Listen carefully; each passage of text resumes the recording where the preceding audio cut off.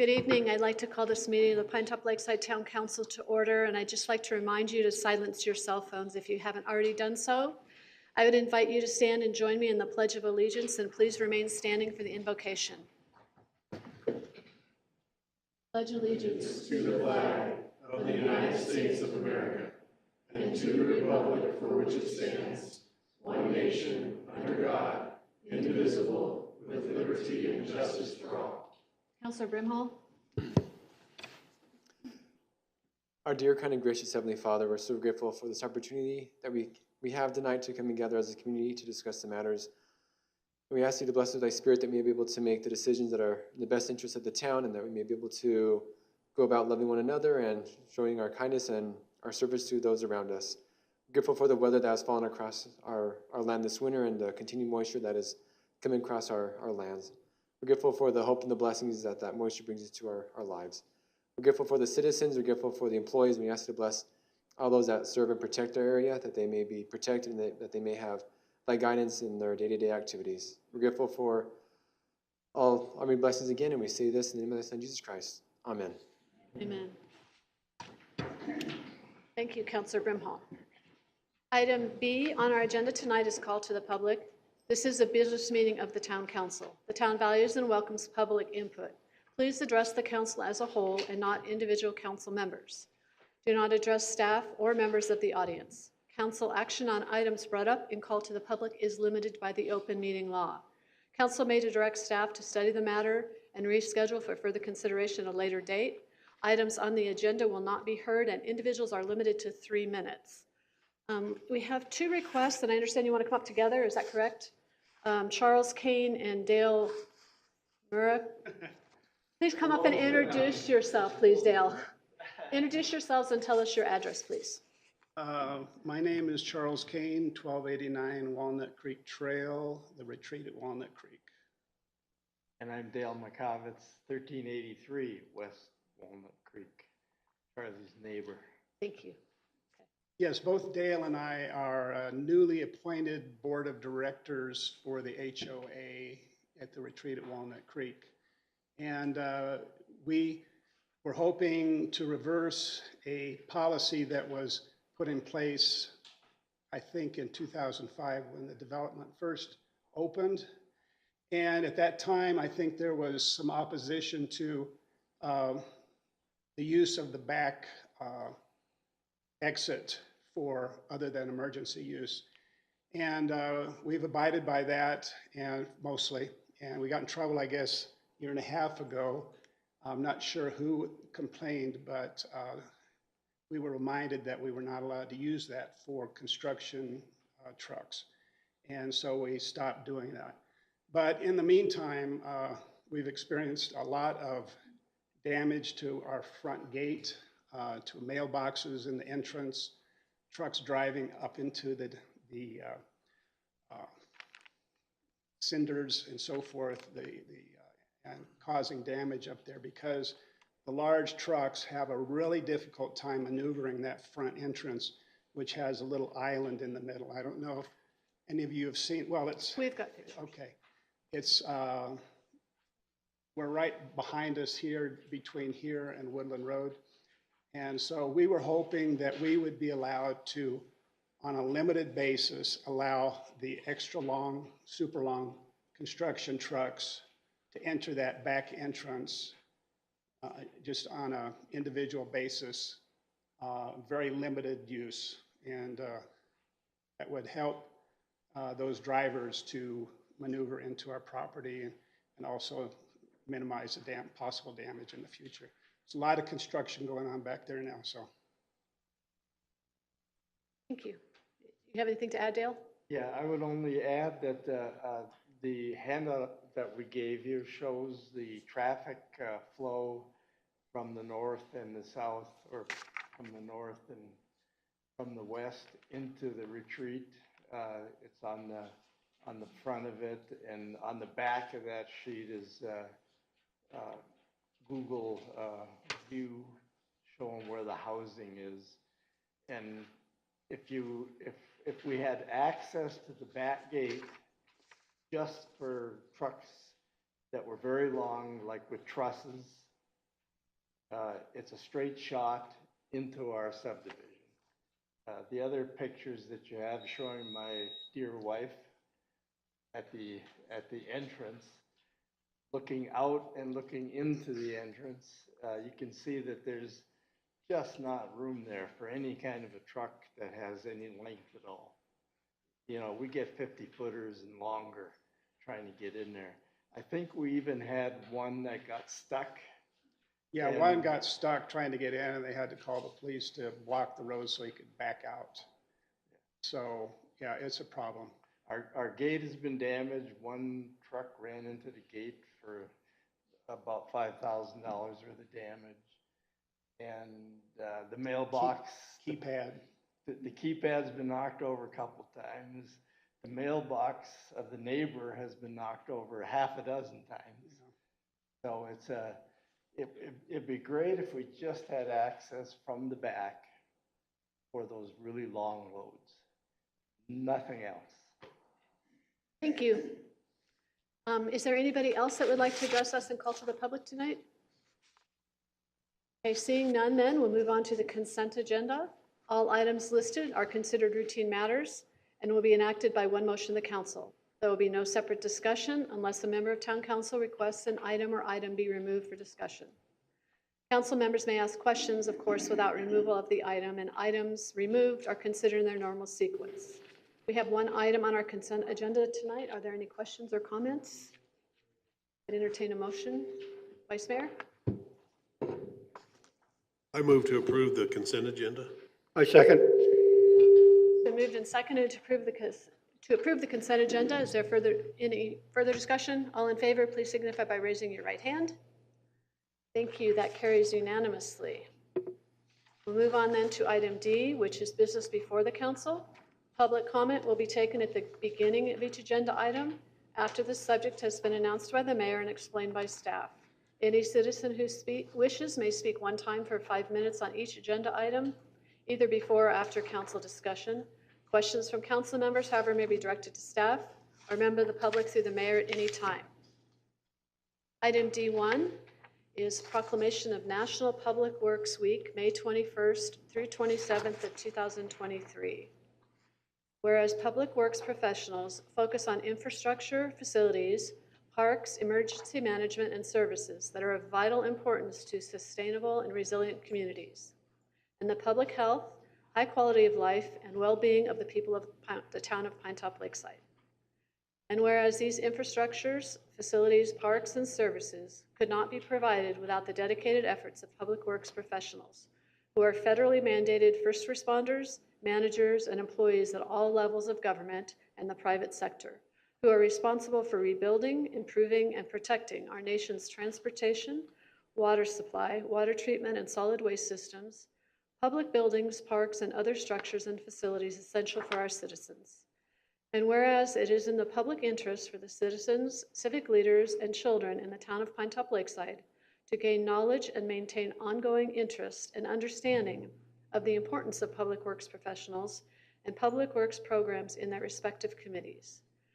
And whereas the year 2023 marks the 63rd annual National Public Works Week, sponsored by the American Public Works Association and the Canadian Public Works Association. Be it now, therefore, I, Stephanie Irwin, Mayor of the town of Pinetop-Lakeside, do hereby proclaim the week of May 21st through 27th, 2023 as National Public Works Week. And I urge all citizens who join with representatives of the American Public Works Association and government agencies to pay tribute to our public works professionals, managers, and employees, and to recognize the substantial contributions they make to protecting our national health, safety, and quality of life. In witness whereof, I have hereunto set my hand and caused to be affixed the seal of the town of Pinetop-Lakeside, Arizona, done this 18th day of May, 2023. And I might just like to add, we have the best public works crew anywhere, bar none. Thank you, Matt.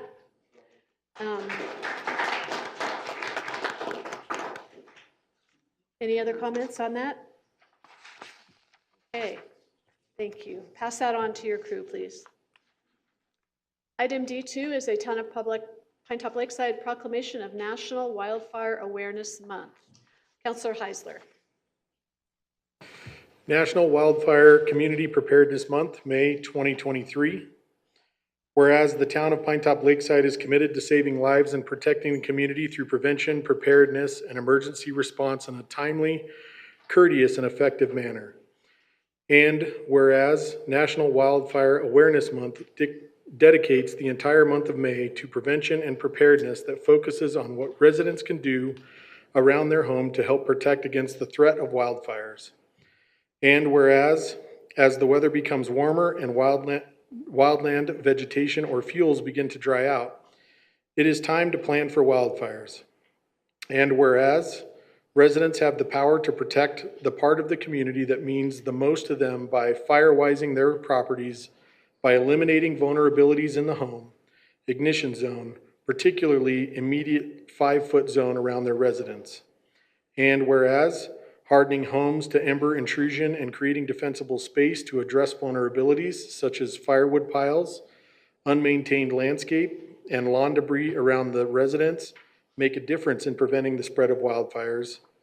And whereas it is essential to educate our residents on their part in the prevention of wildfires and how to protect the community and avoid loss and tragedy.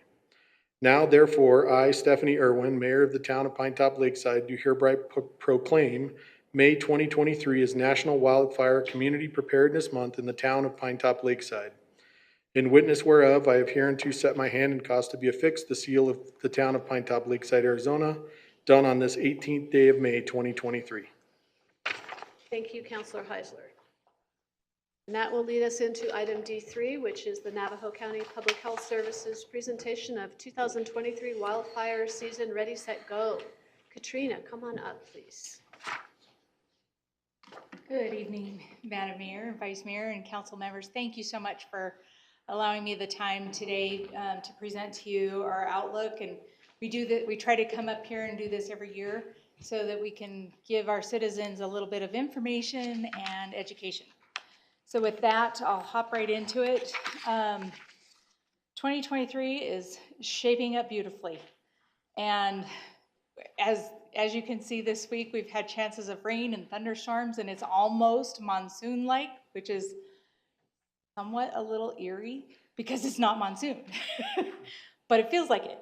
But we still have a ways to go to get through this season. So next slide, please.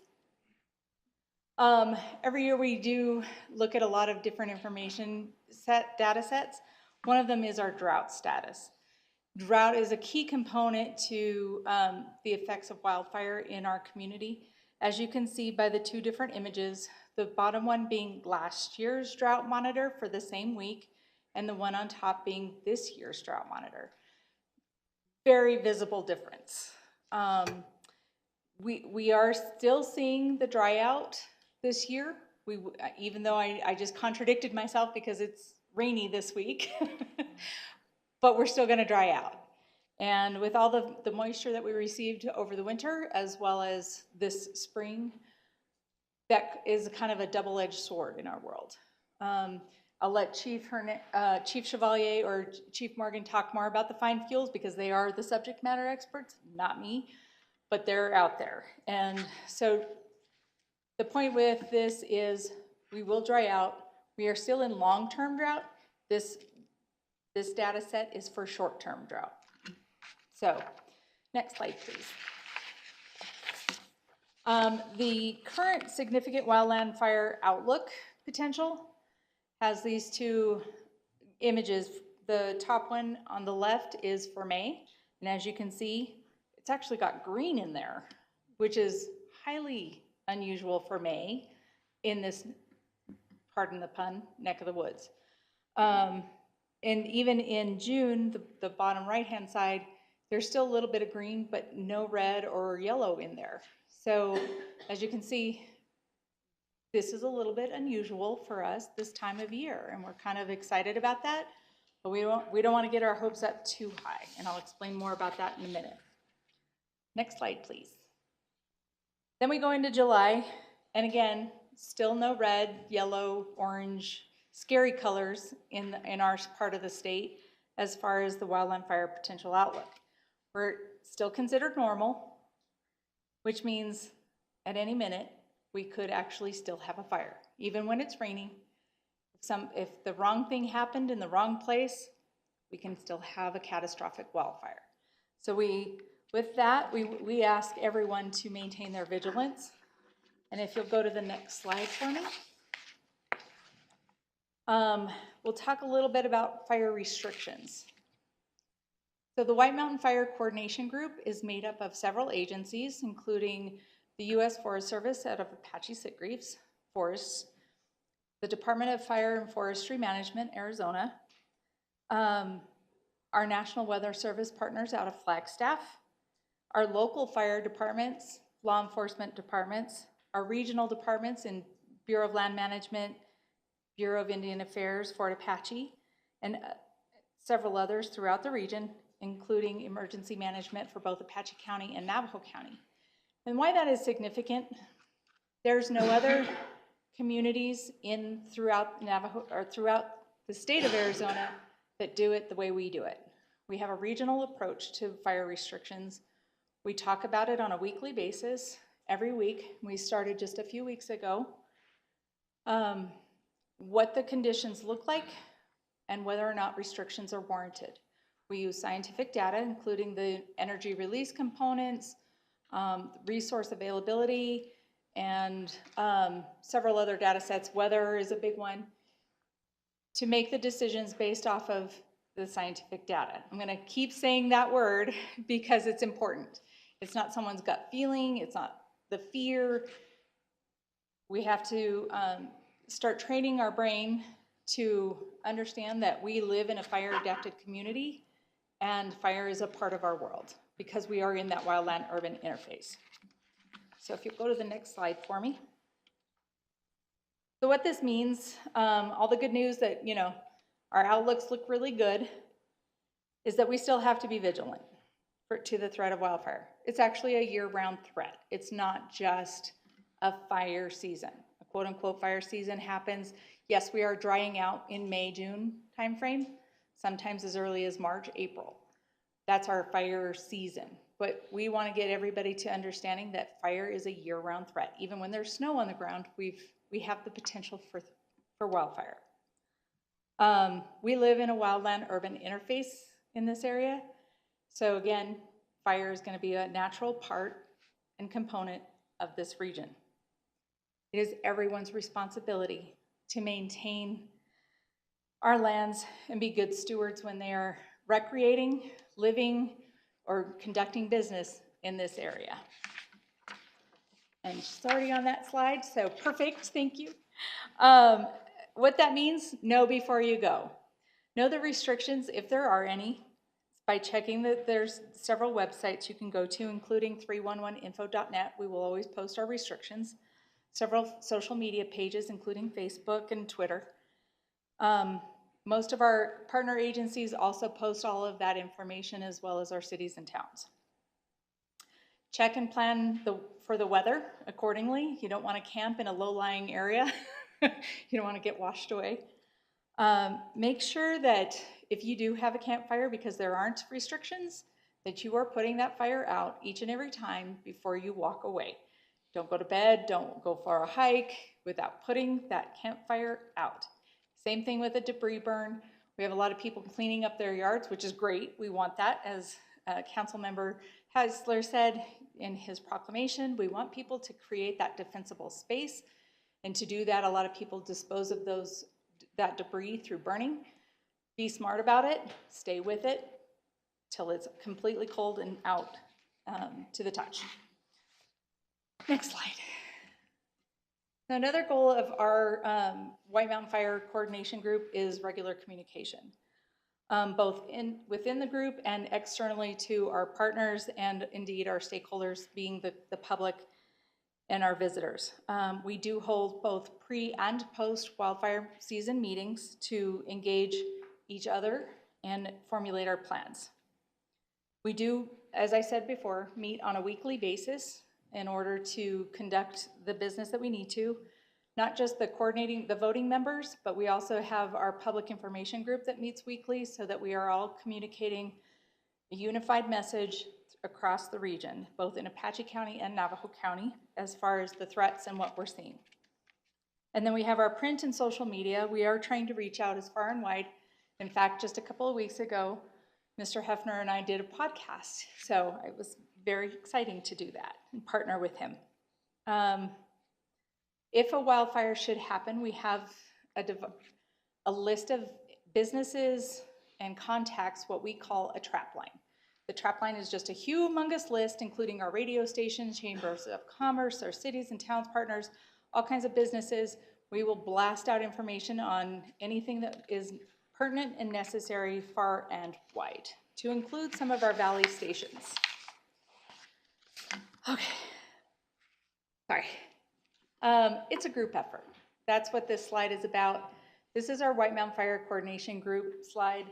As you can see, it literally takes every single one of us, every week, every year to get this done. And again, we do this uniquely. We do this together, and it is a unified effort. Next slide, please. So, now you guys get to pitch in and help. This is what you guys get to do to help us protect our communities. And as well as our citizens, our employees, anybody and everybody that lives or works up here or visits up here is responsible for being ready, set, and go, and understanding that program. All 15 counties in Arizona have adopted this language as far as our preparedness and evacuation. Ready means just that, being ready. Next slide for me.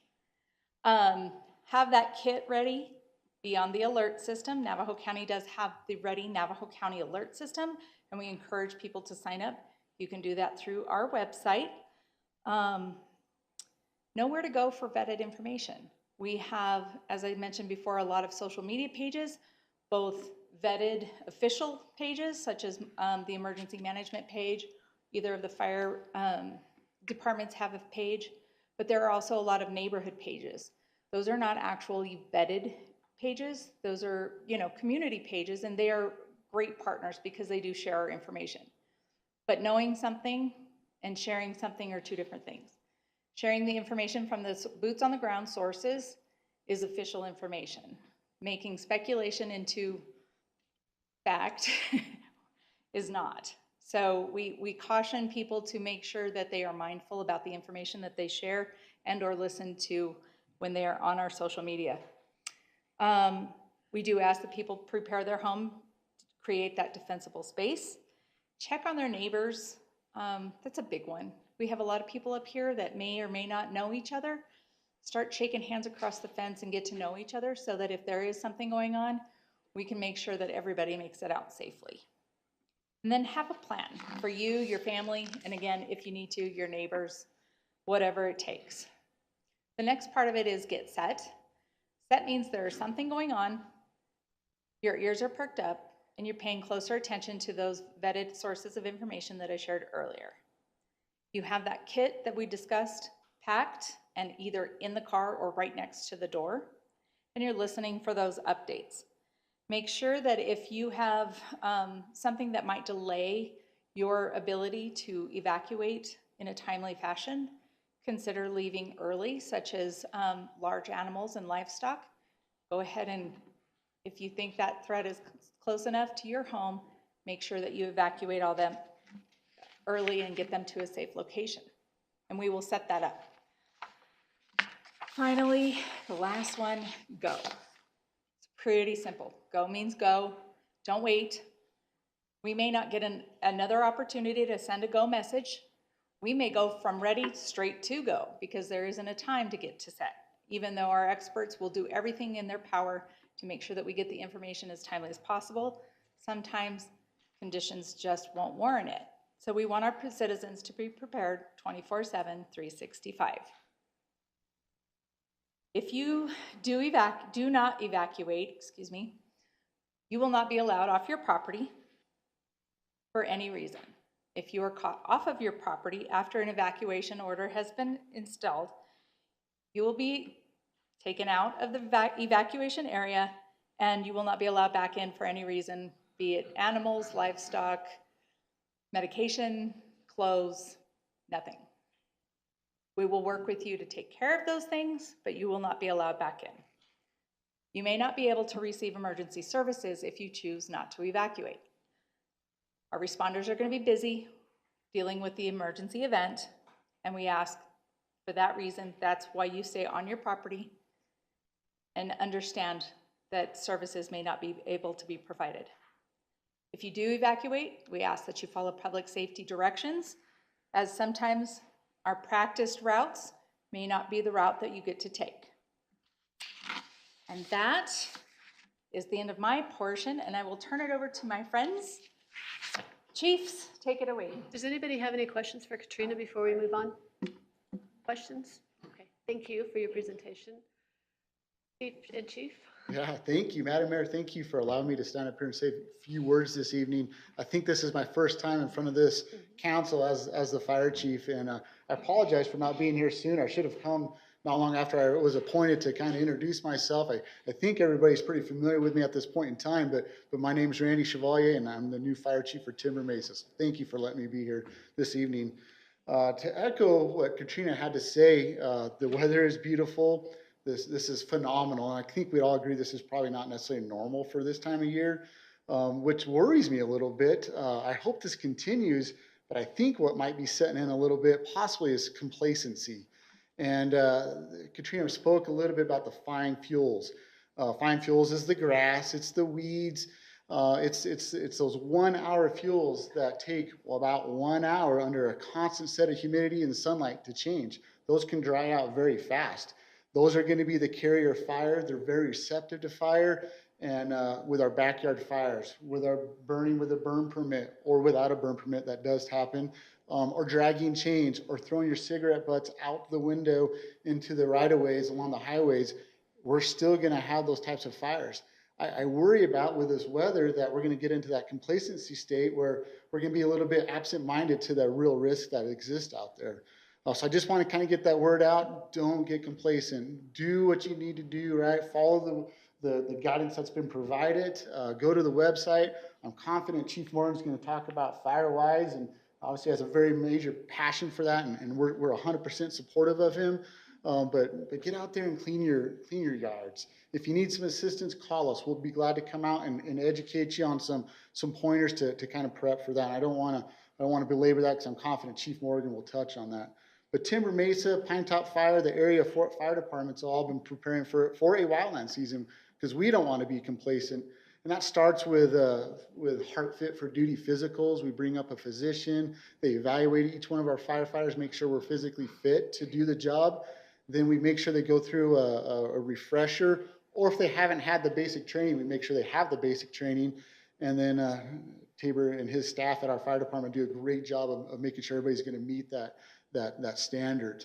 Additionally, we start reaching out advocacy, right? We're right here in front of your town council. We'll be going to the city of Shola, I believe, on June 6th, and the county board of supervisors. But we're trying to get in front of any group that we can to talk about the preparedness and to help us do the part, right?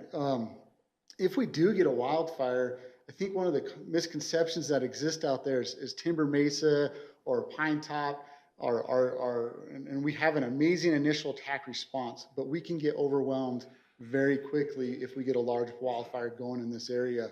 And we're going to rely on our state partners, our tribal partners coming off of the White Mountain Apache tribe. They have a great wildfire force down there, and our federal partners. And if that becomes multiple fires in our area or something that's larger than us, we're going to go through what's called a complexity analysis. If it's larger than my organization or larger than what Pinetop Fire can handle, we want to absolutely hand that off and bring in those resources. And that means those type 3 teams, the type 2 teams, or worst case scenario, the type 1 teams.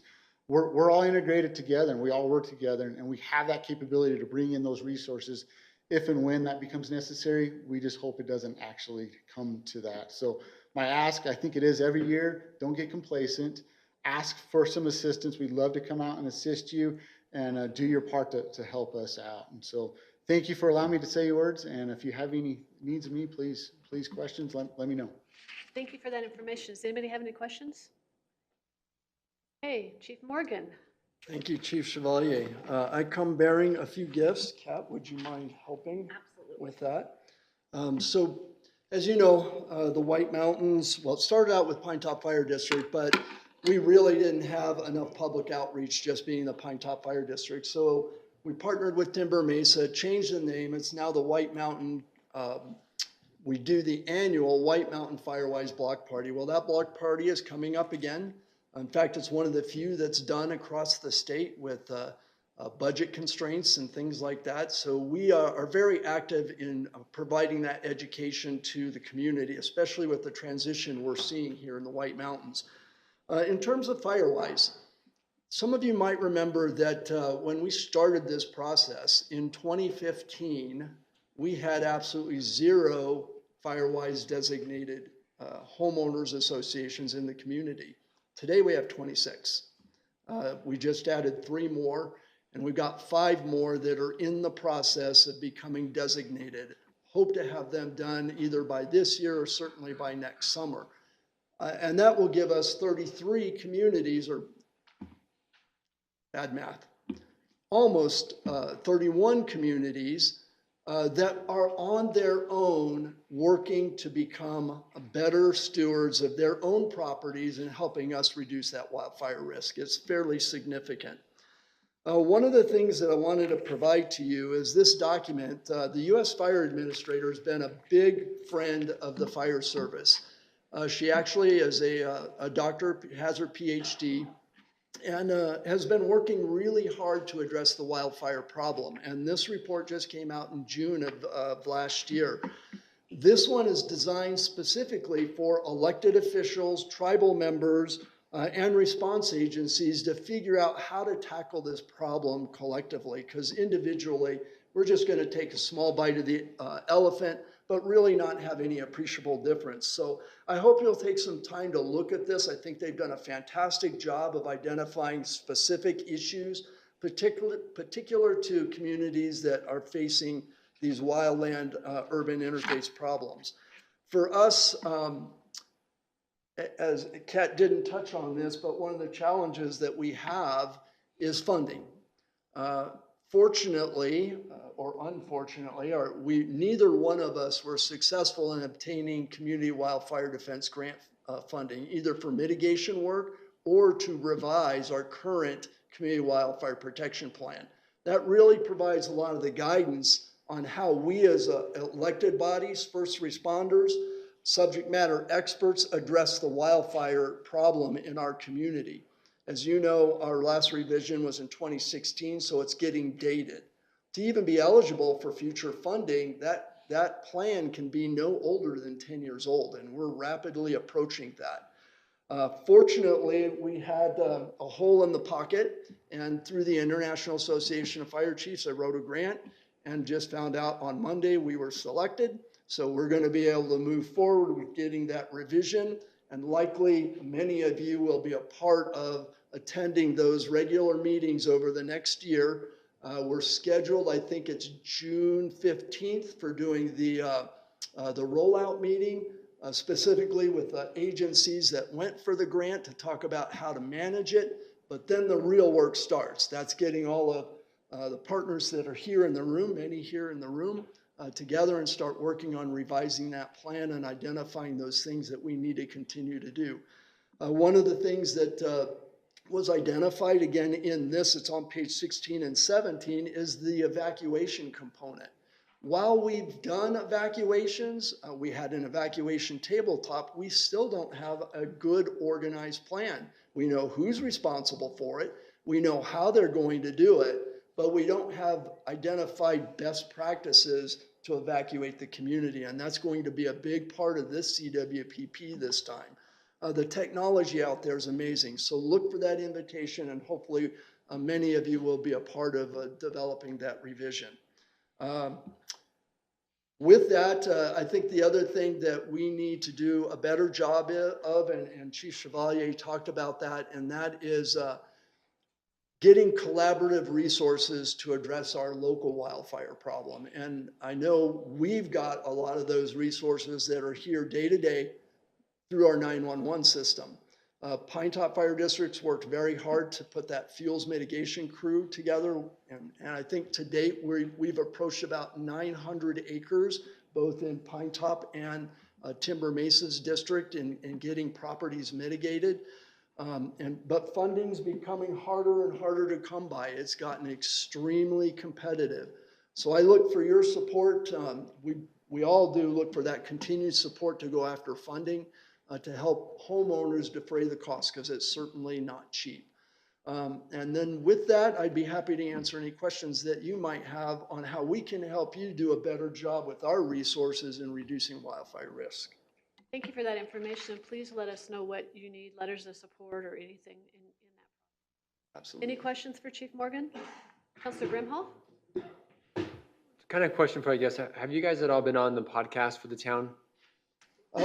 I have not yet, but in the past, we have worked with the city of Show Low, and we've been on the cable channel. And I know that Keith has just sent me an email last week encouraging that. So we're going to work on a date to kind of promote the Firewise event as one of the many podcasts that help with public outreach. Thank you. Any other questions? Thank you all for being here tonight.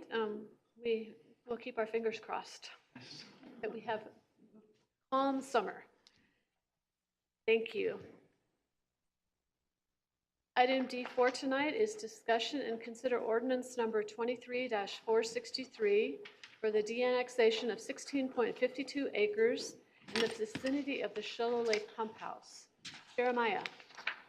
Madam Mayor, Vice Mayor, members of the council, the city of Show Low approached the town in a request to de-annex several acres around the pump house on Show Low Lake and Show Low Lake Road. The request is driven by a developer that's looking at developing a subdivision in this area, and they don't want to have a split and a discontinuity of service for the utilities. And as we know, and Public Works can attest to this, we don't have the same utilities that the city of Show Low has to offer for the developer. We have Pinetop-Lakeside Sanitary District and a multitude of private water purveyors, but we are not the water purveyor.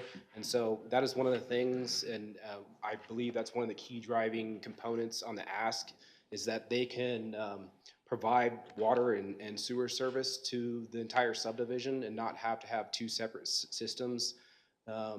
Where the divide is, after talking to Justin Trugaskis at the city of Show Low, there's a total of 58 lots on the proposed subdivision, and only 4 of those are in the town would be considered to be in the town of Pinetop-Lakeside, and there's there's 3 other that parts of them are. So, and I looked at the map briefly, and it looked like maybe we could have like 5 homes there, but how would we serve them? It would be pretty convoluted to ask the developer to come in with 2 different systems just because there's an imaginary line between the 2 communities. So the ask, I think, is a fair ask, and it's not asking that much. Some of the acreage is under the lake, actually, and I don't see the town ever moving forward with anything in this area. We haven't to this time frame, and maybe Matt can speak to some of the issues we would face with if we were to expand that area. I know for police services, it's a discontinuity. PD would actually have to go into the county and then into the city of Show Low and then come back to serve 4 or 5 homes. So there's some issues with how that would pragmatically work. So we're looking at, and maybe you can address this. I have a question for the city of Show Low. Maybe Justin can add to this part. It looks like on the county's website, there's about 16.52 acres, and so that's what I put in the CDR for the council tonight. But you guys, I don't know if you have a different number, but we're using the county's information, and ours matched with that. If you want to come on up and maybe you can add, because that's a question I have for the city of Show Low. Jeremiah, Mayor, members of council, my name is Justin Trugaskis. I'm the Planning and Zoning Director for the city of Show Low. In response to that question, we did just a rough calculation based on the aerial photo and the mapping software that we use, ArcView-GIS, pretty standard mapping software. The number we came up with was approximately 19 or so total acres between the privately owned parcel that the developer owns, and then the 3 other parcels, 2 of which are underwater, as mentioned by Mr. Lloyd. The 3rd parcel is actually previously utilized as a pump station by the Phelps Dodge Corporation. The parcels that are under the water, as well as the pump station parcel, those 3 are actually owned by the city of Show Low. So it appears that there's maybe a little bit of a discrepancy in the total number of acres. However, the legal description in the ordinance appears to be correct. That actually defines and outlines which portions of property are proposed to be moved from one to the other. The actual developable area, again, utilizing the same software of the privately owned parcel, so not counting what's under the water, is a little over 6 acres total. So if we go with Mr. Lloyd's number, if there's 16 total acres between the 4 parcels, approximately 10 or so would be owned by the city of Show Low, even though they're in the Pinetop-Lakeside town boundaries. If we go by the numbers just derived off of our maps, approximately 13 acres would be city of Show Low owned property, with 6 of the 19 being privately owned.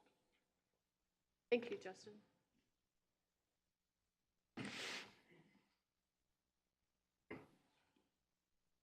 Yeah, so looking at, I did some analysis on the numbers as well, as it looks like, because there's 2 different parcels, and I agree with Justin's statement that the legal description is accurate. I verified that. So regardless of the acreage, the legal description in the ordinance is accurate. It looked like there's about 2.3 on the northern part and 2.3 roughly on the southern part underwater. So really it's not that much of an ask, because like Justin mentioned, 10 or plus or minus acres are already owned by the city. So there's really only a few acres. And if you look at the subdivision map, it's a total of just under 5 lots that they're asking for us to de-annex. I think it makes sense. So my recommendation is to move forward with the annexation, or de-annexation rather. Thanks, Jeremiah. Any questions for Jeremiah? Vice Mayor? I've got a few questions. What size are each lot that in the development? That one. So the developer has given us a proposed lot layout, a preliminary development plan. The average lot size for the entire development is just under half acre, 0.49 of an acre per lot is the average lot size throughout the development. Thank you. I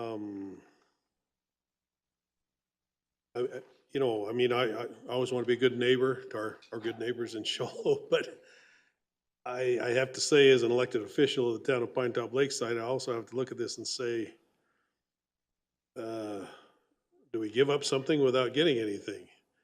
And so I would ask Jeremiah, if this land was developed, and I realize we're not going to get any taxes out of it, but with the fees and things like that we would get out of it, what are we looking at? So if, just again, a half an acre, that one lot, according to what I looked at online, it was about 6 acres, so you could put several homes on there. What would we be looking I at don't there? know what the city of Show Low's zoning is, but ours would, it sounds like it would be probably in the range, not quite R low, but around R14.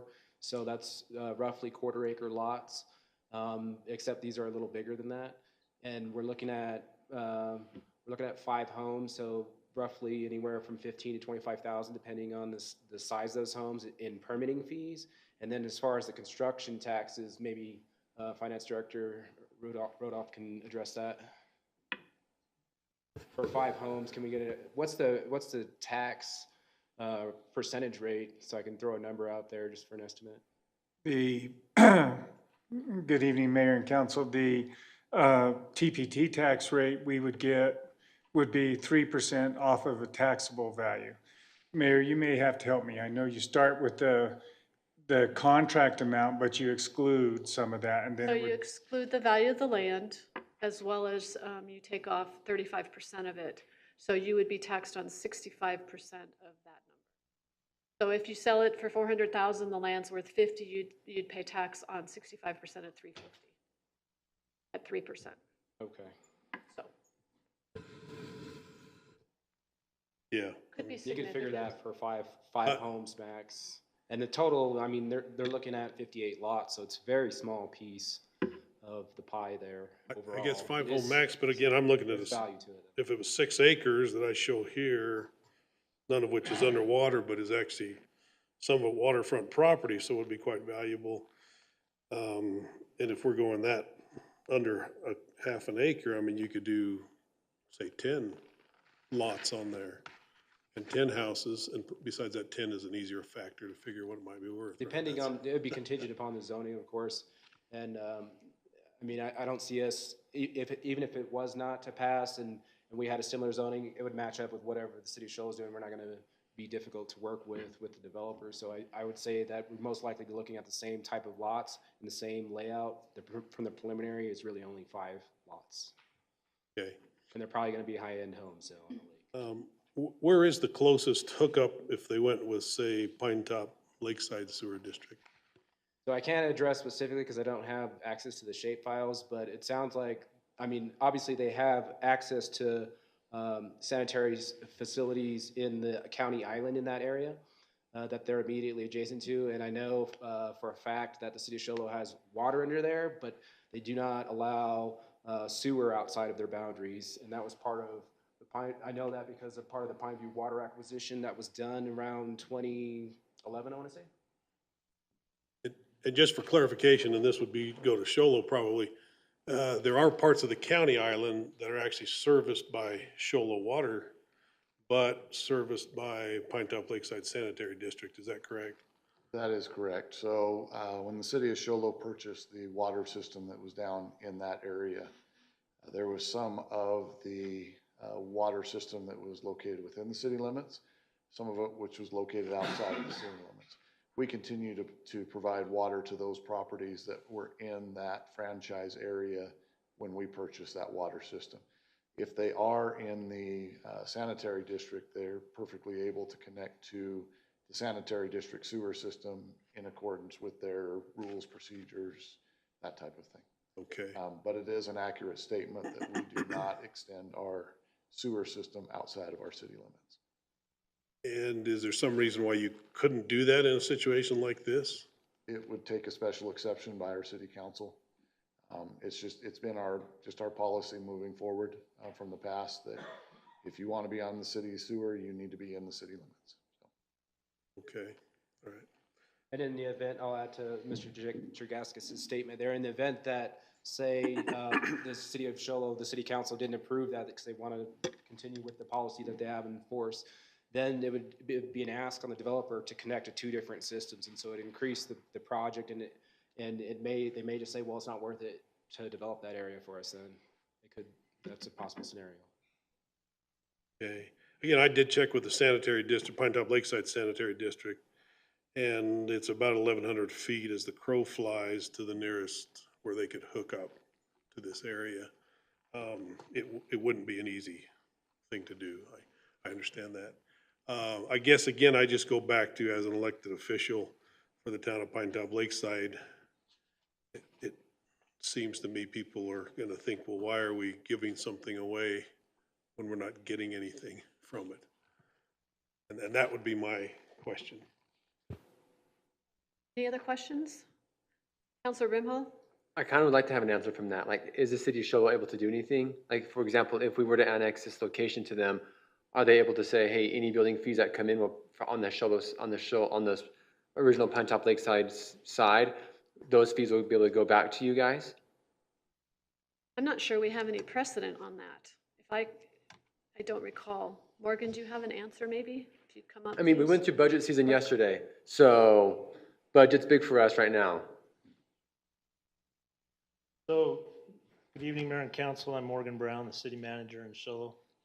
When we met with staff earlier, we had talked about just having this de-annexation because it kind of relieves some of the burden from you guys to have to send your police over there, which you have to do right now.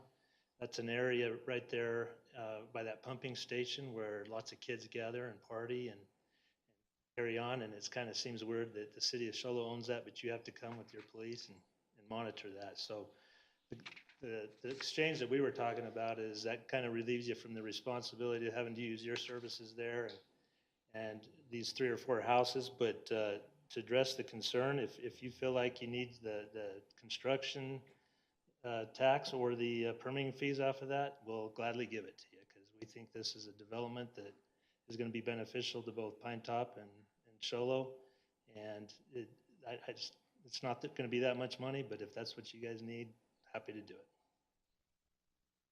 Thank you. That might ease some of the concerns. Vice Mayor, does that help? Yes, it does. Thank you. Thank you. So interesting question from my standpoint. Show Low city tax, I believe, is 2%. Ours is 3%.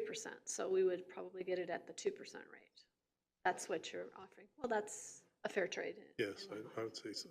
So is that something that we would ask your council to approve, or is that within your purview? You want to put that in the motion tonight?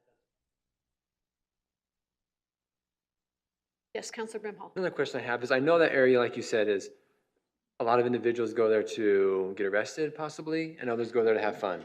So, you know, mixed crowds.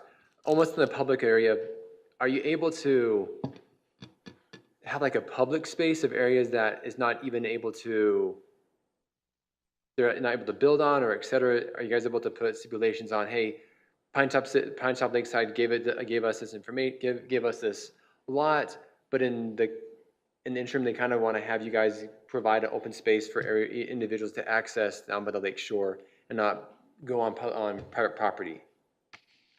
I'm not sure quite what you're asking there. There's another map there, we can pull it up, but this area around the pumping station is already an open space in an area where people can access for fishing and parking there. And, Which one? Because I'm not sure which one. Yeah. Well, you can go back to the first one, then I can go to the second one. So that area around that pumping station is open space. It is blocked off, so people can't drive down to there because it's pretty steep, but people can go there and fish and park and enjoy the lake. And if you go down to the other map, you can see that one of the things I wanted to show. More? Hard for me to see, sorry. Okay, that's all right. Right there, Okay. so that arrow, but all along that area right there is green space.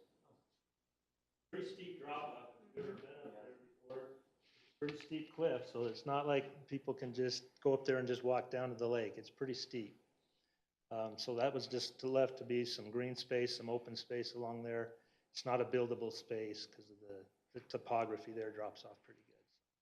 So there's some green space left there, but I don't know if that's what you're. No, that's perfect. I was wondering, I was just mainly wondering if it cuts off all public access with the developer's plans. But from what you explained, I'm happy. Thank you. It's great. No, they'll still go, you can still go to the city of Show Low's property there and access the lake. Thank you. Thank you. Any other? Councilor Heisler. I just wanted to, I guess, comment on the fact that I think that collection of building fees on this project is pretty petty. I mean, considering that we are gonna not have to send our officers to that area, et cetera. I don't think we're talking about a lot of money. Am I wrong about that? I mean, $20,000, $30,000 that. So there were two components to what the Vice Mayor proposed. The one component was the building permit fees, and the second component was the sales tax on the construction. Sales tax on construction of high-end homes could be somewhat more significant. So we could be talking, I mean, if there's 5 homes, and you said they expect to be pretty high-end homes, you know, on $500,000, it could be significant. So those two combined, I think it's worth the ask. And our officers may still respond down there. It depends on who's there first. Isn't that correct, Chief? So we may not be 100% relieved of that, but it might take a little burden off. And keep in mind, we still have jurisdiction for the property that goes up to that. Exactly. Well, so I don't disagree. I guess that's my point, is we're neighbors, we're partners. Their officers respond to our area, we respond to theirs. There's cases where we could see where they've probably responded officers to that area already for us. I guess what I'm trying to say is I'm not sure that the monetary value of that is as important to me as if I was looking for something in exchange, from my perspective, it would be a similar land swap, where we would be looking at de-annexing a piece of Sholo for Pinetop, et cetera.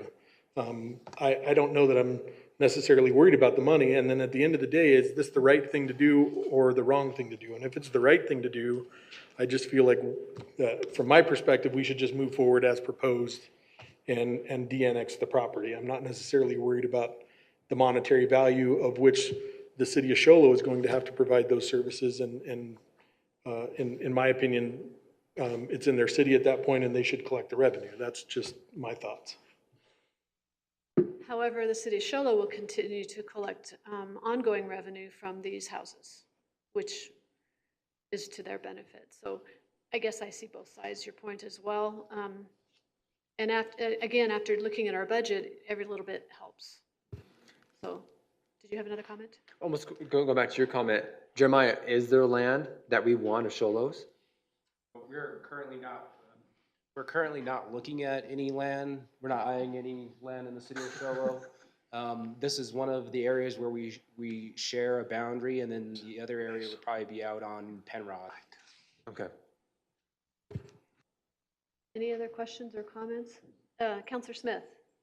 Well, I just, we've been looking at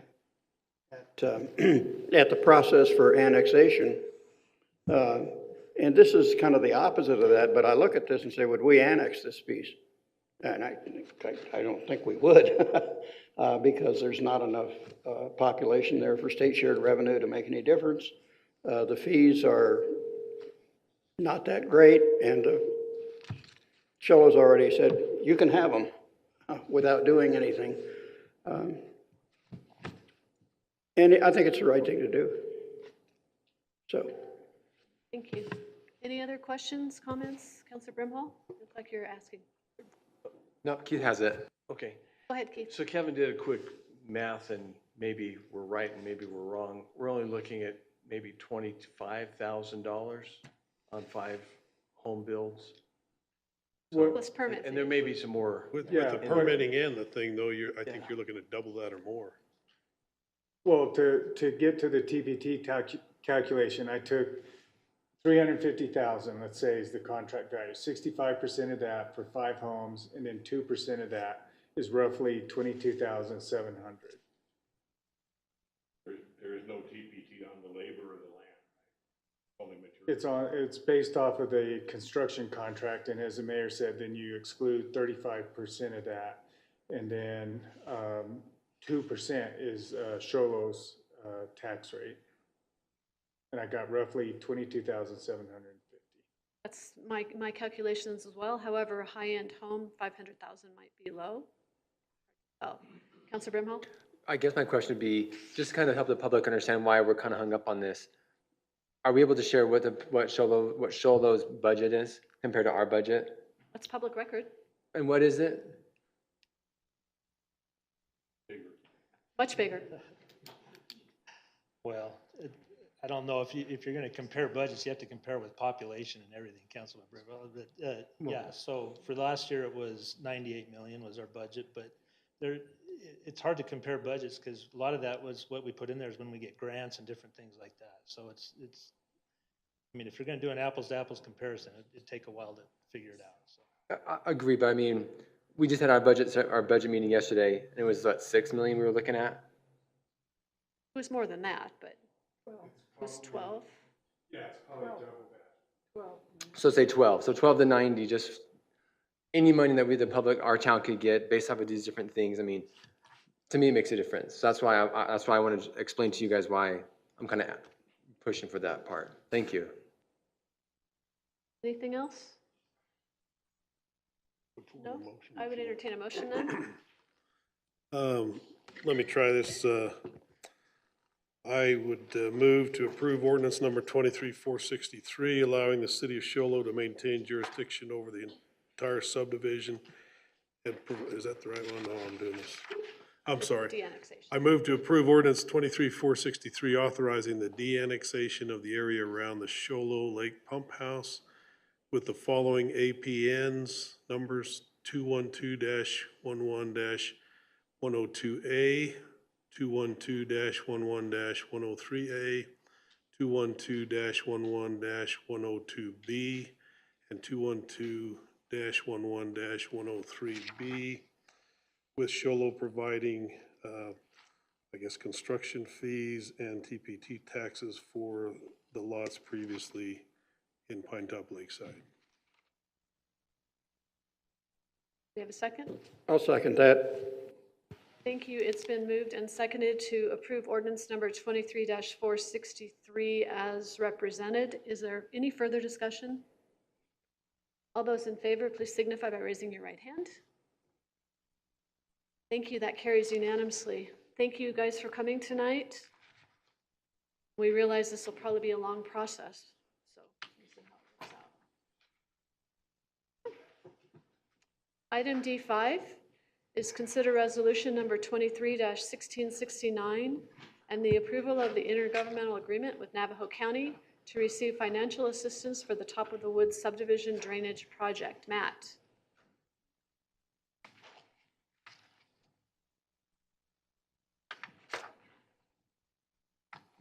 Good evening, Mayor and Council. I was looking for Donna Fay because Donna Fay was a huge part in this.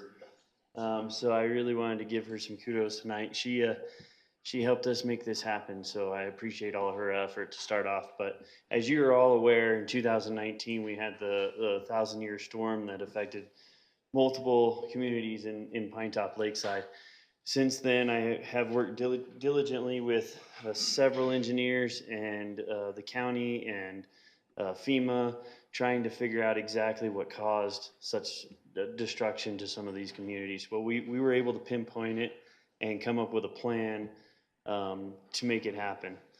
Obviously, when we were putting the plan together, we realized that we were $2 million into this project, and it was just something that we could not afford. However, we still wanted to be able to give the community what they needed, and that was some peace of mind at night. So we came up with a plan to construct this project ourselves. However, we were still short because we didn't want to take from the streets fund. As we're all aware up here, we've had major issues with our streets, and the only place that could fund this was streets. And so we didn't feel like it was right to take from all the taxpayers to fix one area of town. So we continued to look for money, and we were able to get with the county and work with Donna Fay on accessing some of the flood money that you guys pay in your taxes every month on your property tax, or every year on your property tax. Fortunately enough, the town had never grabbed any money from the flood district, and so that being said, the county did agree to give us $140,000 in material costs to go towards our project. We believe this will get us very close to being able to build the project that will rectify a lot of the issues that were from the past that we hope to really help this community out. So that's what you're approving tonight, is the IGA for the county to fund that project. Matt, any questions or comments? I have a question. Yes. That project you're talking about mainly, you're talking about up in the woods subdivision? Yeah, I apologize. I probably should have led with that. Yeah. The Top of the Woods, it's actually the Top of the Woods Phase 1 is what it is. All of this project is in that area to slow the water and get it to the retention pond properly like it should have begin with. Anything else? Thank you for all your work on this. Councilor Smith? Was that the project that we went walk with all the homeowners up there that one time then? Yeah. Looking to finish that? Yeah, so that'll actually get all the water to the retention pond, and currently what happens is we have a 90% rate of water leaving that subdivision affecting lower subdivisions. So when we had the 1,000-year storm, the entire community flooded the other communities around it. And we've talked about this quite a bit, and that's why I probably didn't lead with that, is we've gone into great depths on this project, and this project actually foregoed bankruptcy and multiple contractors, and I think we were 15 years of total project time. So I don't think it was one individual's fault or the town missed it. It just was a whole lot of issues that led up to one bigger issue, and I don't think anybody could have seen that coming. Okay, thank you, Matt. Anything else? Councilor Heisler. I move to adopt resolution number 231669, approving an intergovernmental agreement with Navajo County for financial assistance for Top of the Woods subdivision drainage project. Second. Thank you. It's been moved and seconded to approve resolution 231669. Further discussion? All those in favor, please signify by raising your right hand. Thank you. That carries unanimously. Thank you, Matt, for all your work on this. And I know your staff was integral in getting that DEMA funding too, so. Thank you, helped. Mayor. All right, item D6 is reports from council committee liaisons and the town manager. We'll start with Councilor Krigbaum. I think the most important thing that I would like to report about is Leave No Trace. We have an event that is a spotlight on the White Mountain Trail System. Trax is our local hiking club. We have 600 plus members.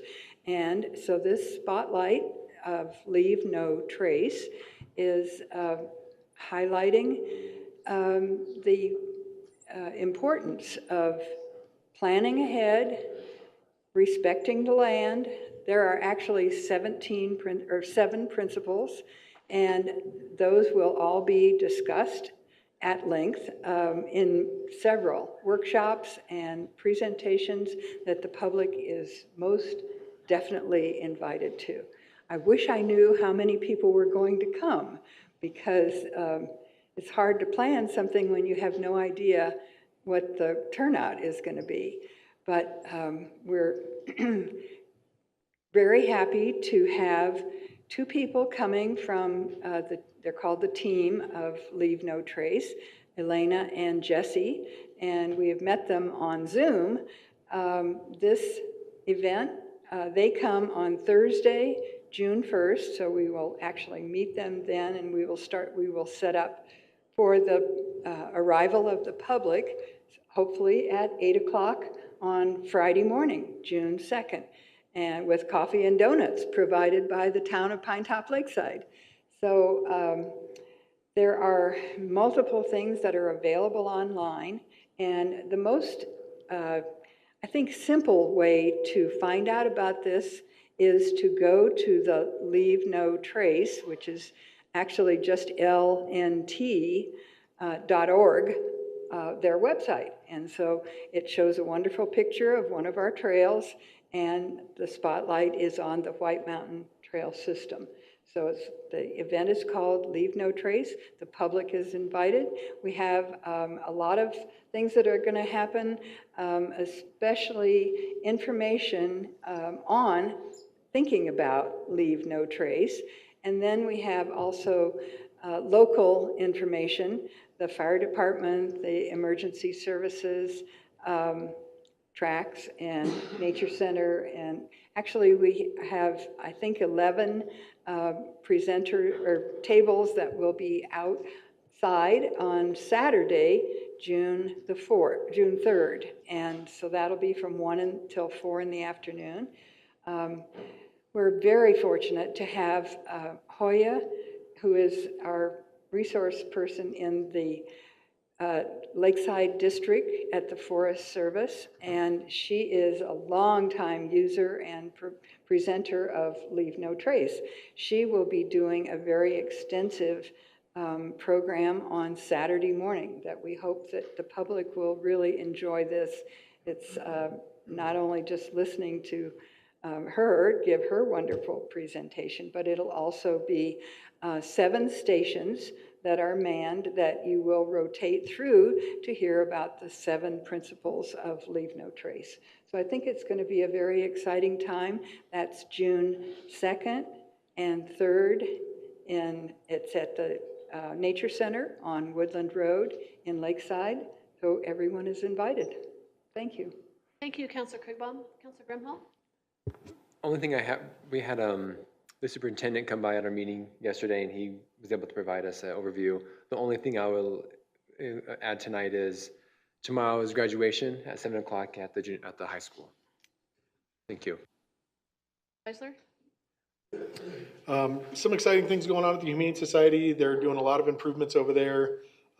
using some of the funding that they got from Happy Tales. So if you're interested in checking it out, they've got some block walls that they put up between cages. They've got a dog play area that they've got out there now, and I'll leave it at that. Thank you. Vice Mayor? The only thing I have tonight is I've attended the first two meetings of the White Mountain Backcountry Horsemen group that just established up here. They'll also be involved in the Leave No Trace, and look forward to working in partnership with Trax and the Forest Service, mainly maintaining the trails in the backcountry where they can use horses to take the tools back to do that type of a thing. But anyway, that's I think that's a great organization to help out up here. Very exciting. Thank you. Councilor Smith? Yeah, we had a meeting with the Transit Advisory Council, and we've confirmed the town contributions, and Kevin has those numbers for next year. We tried to address a problem that we're having with the bus system, and it involves disorderly conduct at the bus stops. Turns out that there's no ordinance against being drunk. And so we're having a little issue with how do we handle drunk people who are bothering the other passengers. So we're working on that. We're hoping to get a little more police presence with things like VIPs, things like that at certain hours at certain bus stops to help that.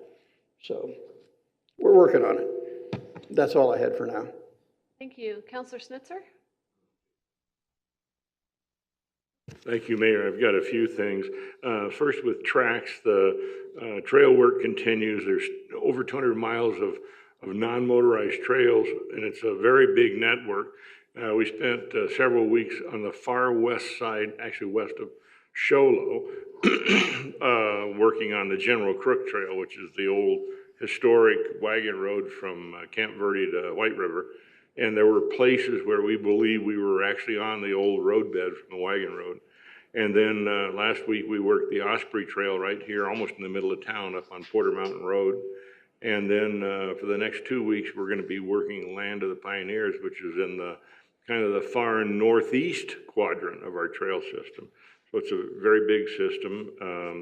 And we're still installing the gates for bicycles, so Trax is very busy. The Nature Center, a bunch of things happening. The Spring Carnival is coming. It'll be the 25th through the 29th, Memorial Day weekend at Mountain Meadow Park, and the Nature Center sponsors that. And tickets, you can buy tickets here at Town Hall or at the Nature Center or at the library and save $10. It's $35 for all day, all rides. If you buy it at the carnival, you can save $10 buying it here at the town. Our Guinness Book of World Records science exhibit continues through early June, so that's worth some time to go and play with the interactive exhibits. That we are requesting a donation for participating in that. If you go by the Nature Center, you'll see construction is heavily underway on the bird structures immediately behind the Nature Center, so it's been a long path getting here, but we hope to have that substantially complete, certainly by the end of July, and have the birds in there about that time. Bird shows continue there every day at 3 o'clock, and we're still hoping to get some good news on an eagle that we've applied to get, and we're already planning some educational programs for next year with the schools, so we may have the ability to visit schools with a bird for some educational exhibits. And then the Nature Center will be working with the Backcountry Horsemen too. We're trying to set up an arrangement there where we can have cowboy breakfast at the Nature Center on weekends, which would be a kind of a really nice to have for our community, for a tourist community. And then the last thing I have, the Rainbow Lake Coalition. I unfortunately missed the last meeting, which was Tuesday when we were budgeting. But it's a very, still trying to work with the irrigation company to solve a multitude of problems that they have and we have. It's not an easy problem to solve, or we would have solved it. So more to come on that. Thank you. Thank you. Yes, Councilor Smith. I forgot to thank council and staff for serving lunch today at the senior center. It was greatly appreciated. Summer's coming, more and more people are coming to this community center, they call it now, to eat, and we may be having to help out a little more often than once a month. So it's greatly appreciated by the community when we do that. So thanks, everybody. Thank you. If I can put in a plug, it is a Turn your mic on, please. Oh, sorry. I just want to put in a plug because in addition to working there, they feed us, and it is a very, very good meal. It's a substantial meal. And today was a meatloaf or liver and onions, and a lot of the seniors, it's actually a bigger meal than a lot of seniors would care to have for one meal, and so they're able to take home probably half of their meal for a second meal later on at home. So and there was entertainment. We had live entertainment there, so I recommend you stop by the Nature Center for lunch. I think it's Senior Center. Sorry, or Community Center now. Yeah, Community Center now. $6 for lunch, and it's well worth it. And I think you'll enjoy a good meal and maybe some fellowship with other people. Thank you. Thank you, Councilor Snitzer.